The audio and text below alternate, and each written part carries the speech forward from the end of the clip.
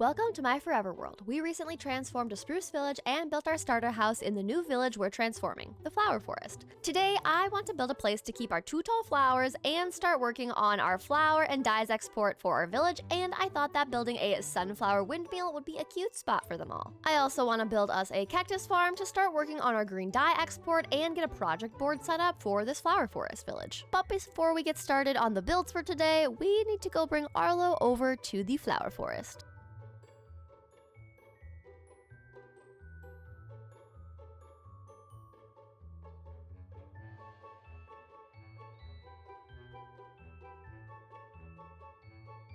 Alrighty, and we've made it over to the spruce village, and I'm going to tie up our little flower happy ghast. We're gonna quickly take a little nap in a bed, and then we are going to grab our doggo Arlo, get him in a boat, and then we will have our happy ghast transport them all the way back to the flower forest village. Alright, Arlo, let's get you all picked up. And then we'll put this boat down, have you walk into the boat. And then I think if I just put the lead on the boat like so, and then if I bring Doggo over this way. Okay, let's use the snowballs to lure our friend down. Okay, we took the lead off, put the lead on. Are they on now? Yay, we did it! Look at, this is what I was trying to do. Look at Doggo, that's so cute. Oh my goodness, Arlo, look at you go. All right, let's go back. Hang on, let me get up a little bit higher and then I can go into free cam. But this is what I was trying to do. Look at Arlo.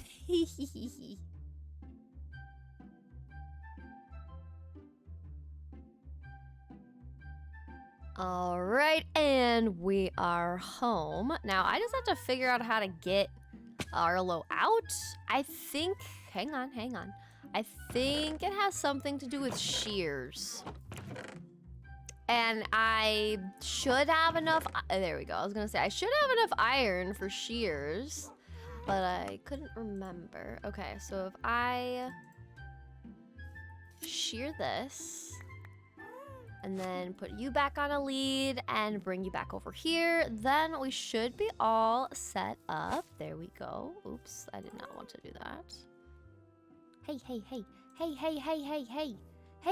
come here. So you're on the lead.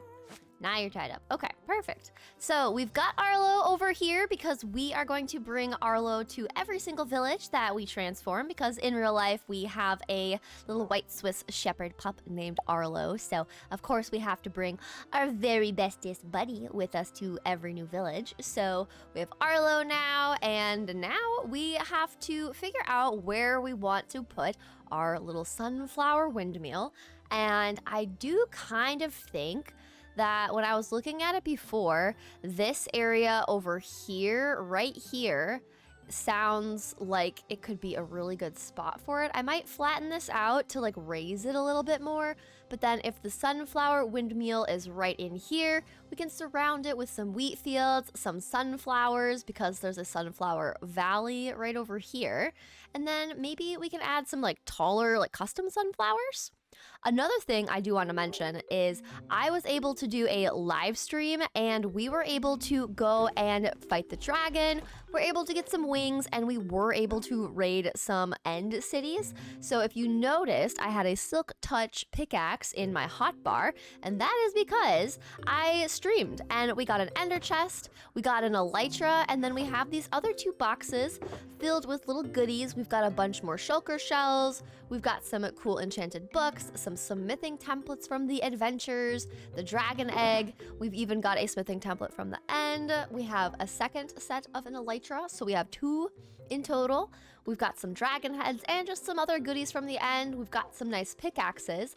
So even though we are in the beginning stages, we at least have some better tools right off the bat, which is actually pretty nice. Now, since I want to flatten the ground first, we are going to go through our boxes, through our chests, and collect up a bunch of the dirt so that we can flatten this out. And we're going to clear some trees, get everything ready so that we will be able to just start building up our sunflower windmill.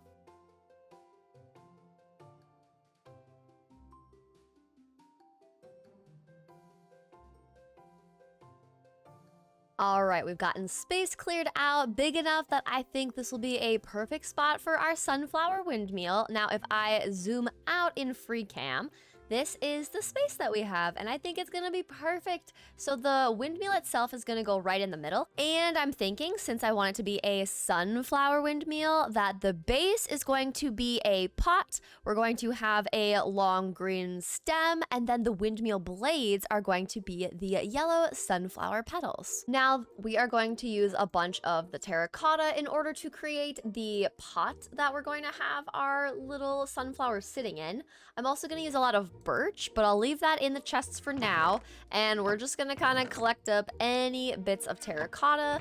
And the other block palette that we're going to be using is a lot of the yellow concrete, which means we need to go collect a bunch of sunflowers for some yellow dye. We're also going to be using some brown wool and some yellow wool, so we will need to go travel back over to the spruce village because we need the wool. But for starters, we're going to move over some chests to where we're going to be building, offload a bunch of the terracotta and the other materials to build so that everything is kind of just consolidated over here, ready for us to build out of. And we'll collect up a bunch of the sunflowers so that we can get our yellow dye. I'm also grabbing some sea pickles and some of the green terracotta that we have left over, as well as some of our yellow terracotta. And now we're gonna head back to the spruce village to collect up the rest of the supplies we'll need to start building.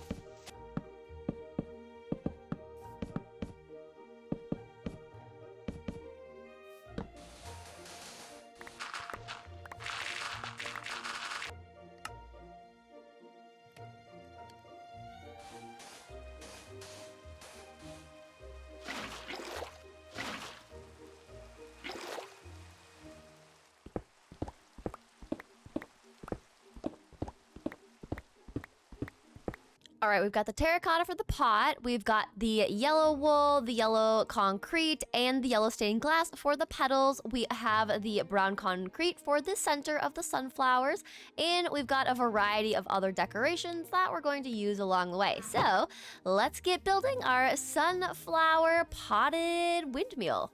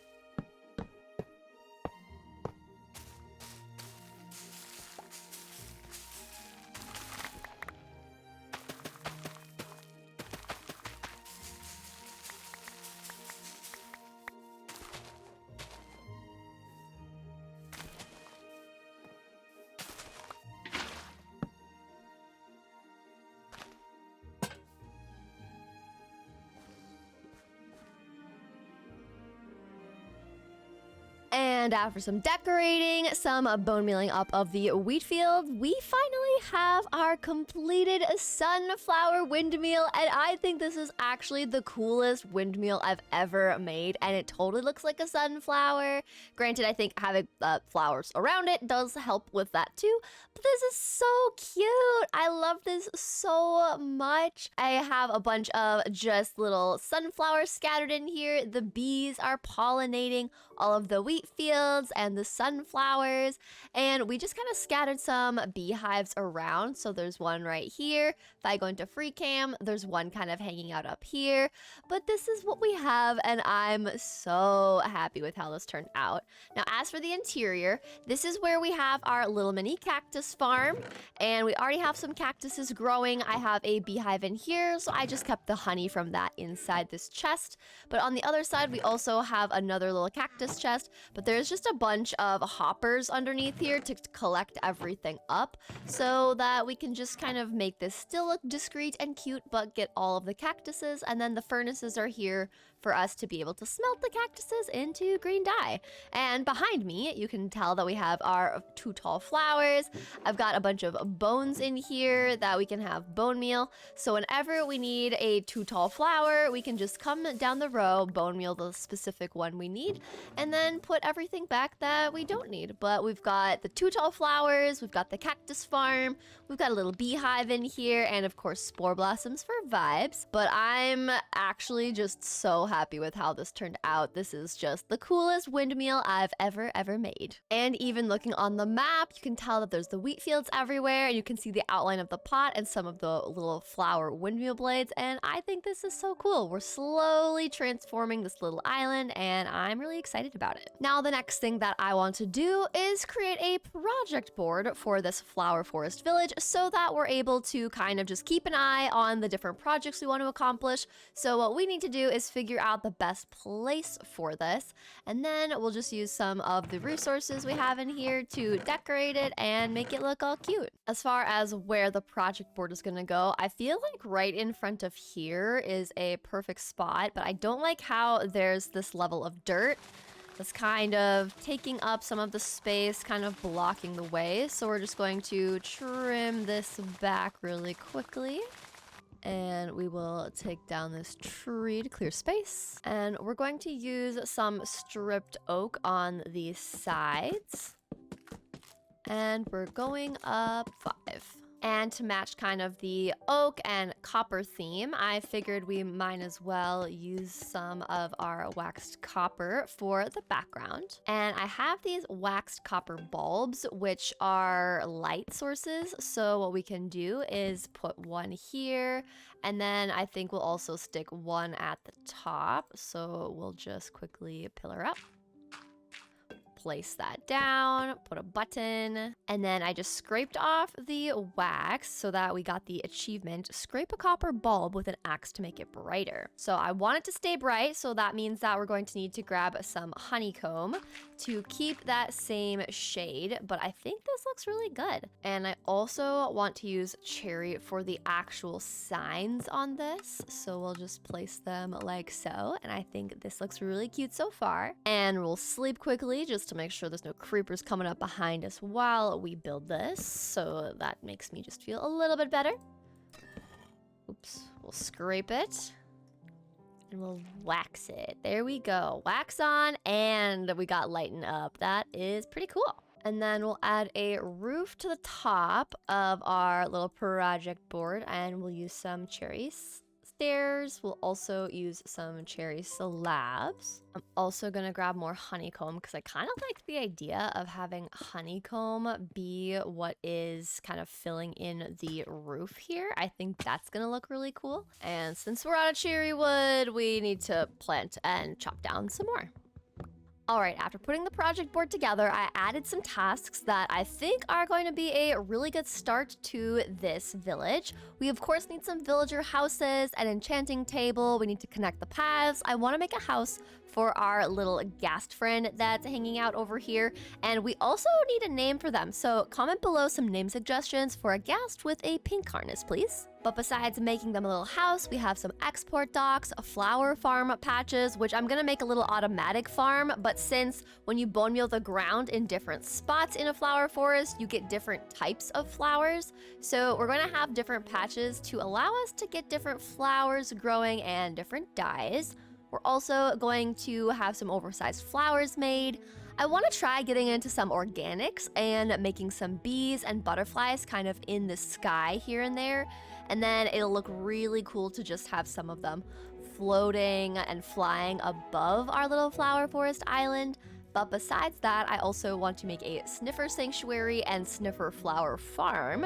Then of course a moss farm and some flower gardens. And for a flower forest village, if you have any other ideas of what we should do, make sure to comment your ideas down below, and as we get things checked off on the board, we can add some new tasks. And now that we finally have the project board done and the windmill, I think it's time we deal with these chest monsters really quick. And I also will do F3 and B, want to move Arlo inside our little house here so that he can be outside of the rain. So we'll just move Arlo in here, and then we'll spend some time getting all of the chests and things put away downstairs below us. And then there's one more thing I want to do that is a really difficult task and actual Minecraft achievement to do with villagers, but with the ghast added, I think it could be a whole lot easier. But before we do that task, let's clean up this chest monster.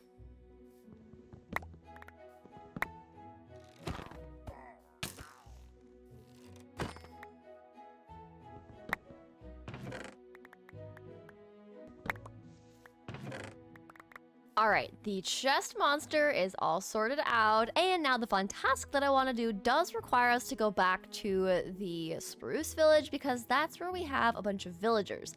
And there's also some emeralds there, and if you can't already tell, I want to try to get the star trader advancement. The star trader advancement is to trade with a villager at the build height limit, and now that we have ghasts, this should actually be a whole lot easier to accomplish. So now we just got to run past our sunflower windmill, up this mountain, over the next, and I really need to figure out a faster and more efficient way to go between villages. We'll probably have to do some streams where I actually just make some nether tunnels and make them look all cute, but for now we're hopping up mountains. And now that we're back inside the spruce village, we're going to take some berries, trade with our butcher friend. So we have emeralds to trade with the star trader. Now, the other thing that I really want to get is an unbreaking villager. Since we do have wings now, I really think it would be great if I could have some wings to fly around with that aren't going to break easily. And I already have a mending friend, so all we really need is unbreaking. So we're gonna take a lectern and go visit our villagers inside their little house here and roll one until we get an unbreaking friend.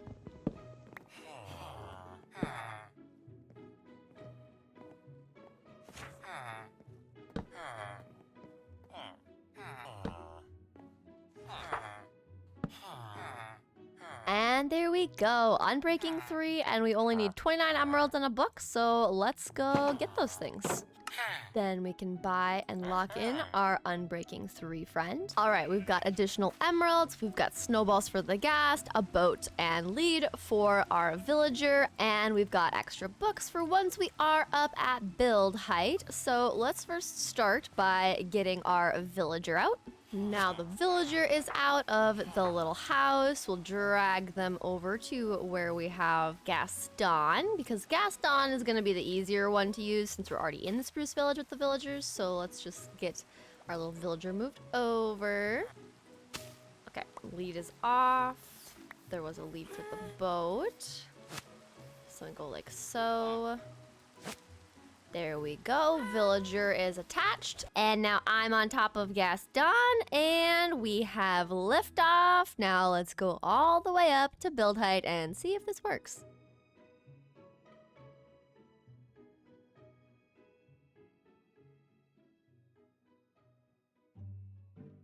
All right, I have miscalculated some things.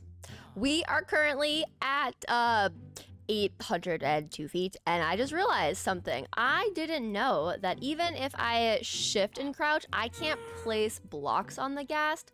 So I don't even have a way to get down to be able to trade and even reach this guy. So this does mean we have to bring them all the way back down. And honestly, I still want to be able to complete Star Traders. So I think that is one of the advancements that I want to work on, because one of the things that I think would be fun is if we are able to slowly over time complete all the advancements in the game. I just think that would be a super fun way to work through our forever world. All right, we are back down on the ground, and for now our little Unbreaking 3 friend is gonna stay here because we have a lot of blocks to collect in order to get to Star Trader. So what I'm thinking we'll do is, because we have the ghast, we are going to still use them to get our friend all the way up there. I'm thinking we'll have the ghast on a lead, and then I'll probably just, with the ghast attached to a lead, just pillar up all the way. And then once we get to build height, I'll create a platform, and the ghast will be able to drop the villager off on said platform. We'll make the trade, and then we'll just pillar our way back down. There is a potential that a lot of different things could go wrong, but that is the fun in trying things like this out for the very first time. We'll just hope this little guy survives it all. All right, we've got stacks of stone. We've got a bunch of things inside our ender chest, and I'm hoping that this works. I really hope my idea works. Otherwise, this is kind of a waste of time, but then, you know, at least maybe I'm trial and erroring something for you guys to learn from my potential mistakes. So step 1 is to hold ghast on lead. And then step 2 is to start pillaring up. If I die, man, this is gonna be awkward. All right. Oh gosh, okay. I need to be crouched, this villager. Okay, I need to stay ahead of the villager boat. Okay. And I need to make sure the ghast doesn't push me off, because that would also be bad. Okay. So far, so good. Star Trader advancement, here we come.